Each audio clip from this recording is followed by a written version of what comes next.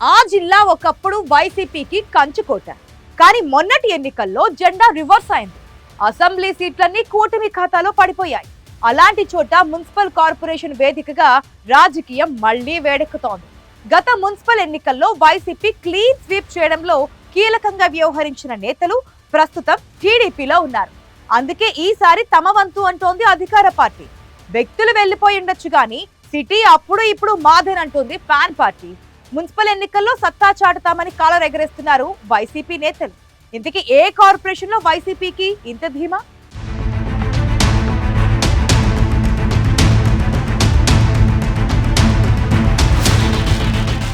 సింహాపురిలో పంతం నీదా నాదా అన్నట్లున్నాయి పాలిటిక్స్. నెల్లూరు మున్సిపల్ కార్పొరేషన్ వేదికగా 2 ఏళ్లుగా ఆసక్తికర రాజకీయం నడుస్తోంది. 2021లో జరిగిన కార్పొరేషన్ ఎన్నికల్లో 54 డివిజన్లను క్లీన్ స్వీప్ చేసింది వైసీపీ.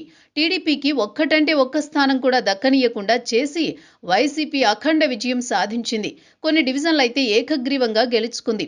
బెదిరింపులకు, దౌర్జన్యాలకు పాల్పడి వైసీపీ అన్ని చోట్ల అనైతిక విజయం సాధించిందని టీడీపీ అప్పట్లో మండిపడింది.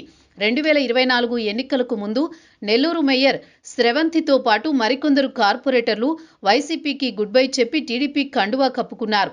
కూటమి అధికారంలోకి వచ్చాక మరికొందరు కార్పొరేటర్లు టీడీపీలో చేరిపోయారు. కొన్ని రోజుల అవిశ్వాస డ్రామా నడిచిన తర్వాత మేయర్ పదవికి స్రవంతి రాజీనామా చేశారు. ఆ తర్వాత డిప్యూటీ మేయర్ రూప్ కుమార్ యాదవ్ ఇన్ఛార్జి మేయర్గా పదవీ బాధ్యతలు చేపట్టారు. త్వరలో మున్సిపల్ కార్పొరేషన్కి ఎన్నికలు జరగనున్నాయి.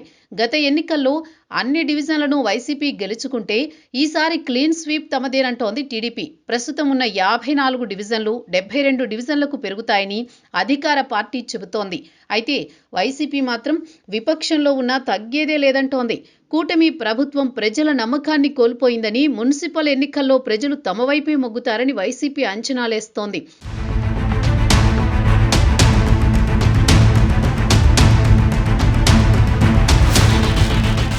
గత మున్సిపల్ ఎన్నికల్లో టీడీపీకి అభ్యర్థులు దొరకలేదని, ప్రస్తుతం తమకు అలాంటి పరిస్థితి లేదంటున్నారు ఫ్యాన్ పార్టీ నేతలు. నెల్లూరు కార్పొరేషన్ ఎన్నికల్లో సత్తా చాటుతామని కాన్ఫిడెన్స్ గా చెబుతున్నారు.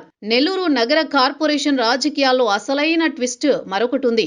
2021 మున్సిపల్ ఎన్నికల్లో నెల్లూరు కార్పొరేషన్ పరిధిలోకి వచ్చే రూరల్ ఎమ్మెల్యే కోటంరెడ్డి శ్రీధర్ రెడ్డి అప్పుడు వైసీపీలో ఉంటే ఇప్పుడు టీడీపీలో ఉన్నారు. ఎన్నికల వ్యూహాల్లో తనదైన శైలిలో వ్యవహరిస్తారు కోటంరెడ్డి. ఇన్ఛార్జి మేయర్ రూప్ కుమార్ యాదవ్ అప్పట్లో వైసీపీలో ఉంటే ఇప్పుడు టీడీపీలో ఉన్నారు. ఈ పరిణామాలన్నీ అధికార పార్టీకి కలిసి వచ్చే అంశాలని చెబుతున్నారు. పైగా రాష్ట్రంలో టీడీపీ కూటమి అధికారంలో ఉంది. సాధారణంగా అధికారంలో ఉన్న పార్టీకే లోకల్ ఎన్నికల్లో అడ్వాంటేజ్ ఉంటుంది.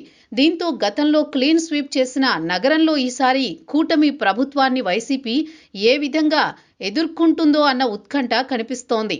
అసెంబ్లీ ఎన్నికలకు, స్థానిక సంస్థల ఎన్నికలకు సమీకరణాలు మారిపోతాయనే వాదన కూడా ఉంది. లోకల్గా జరిగే ఎన్నికలకు పార్టీని కాకుండా అభ్యర్థిని బట్టి ఓట్లు వేస్తారని చెబుతున్నారు. అధికార ప్రతిపక్ష పార్టీల్లో సీనియర్ నాయకులు ఎందరో ఉన్నారు. జిల్లాలో అన్ని నియోజకవర్గాల్లో గెలిచిన టీడీపీ మున్సిపల్ ఎన్నికల్లోనూ అదే ఫలితం రిపీట్ అవుతుందంటుంటే నెల్లూరు నగరంలో సత్తా చాటాలనే పట్టుదలతో ఉంది వైసీపీ.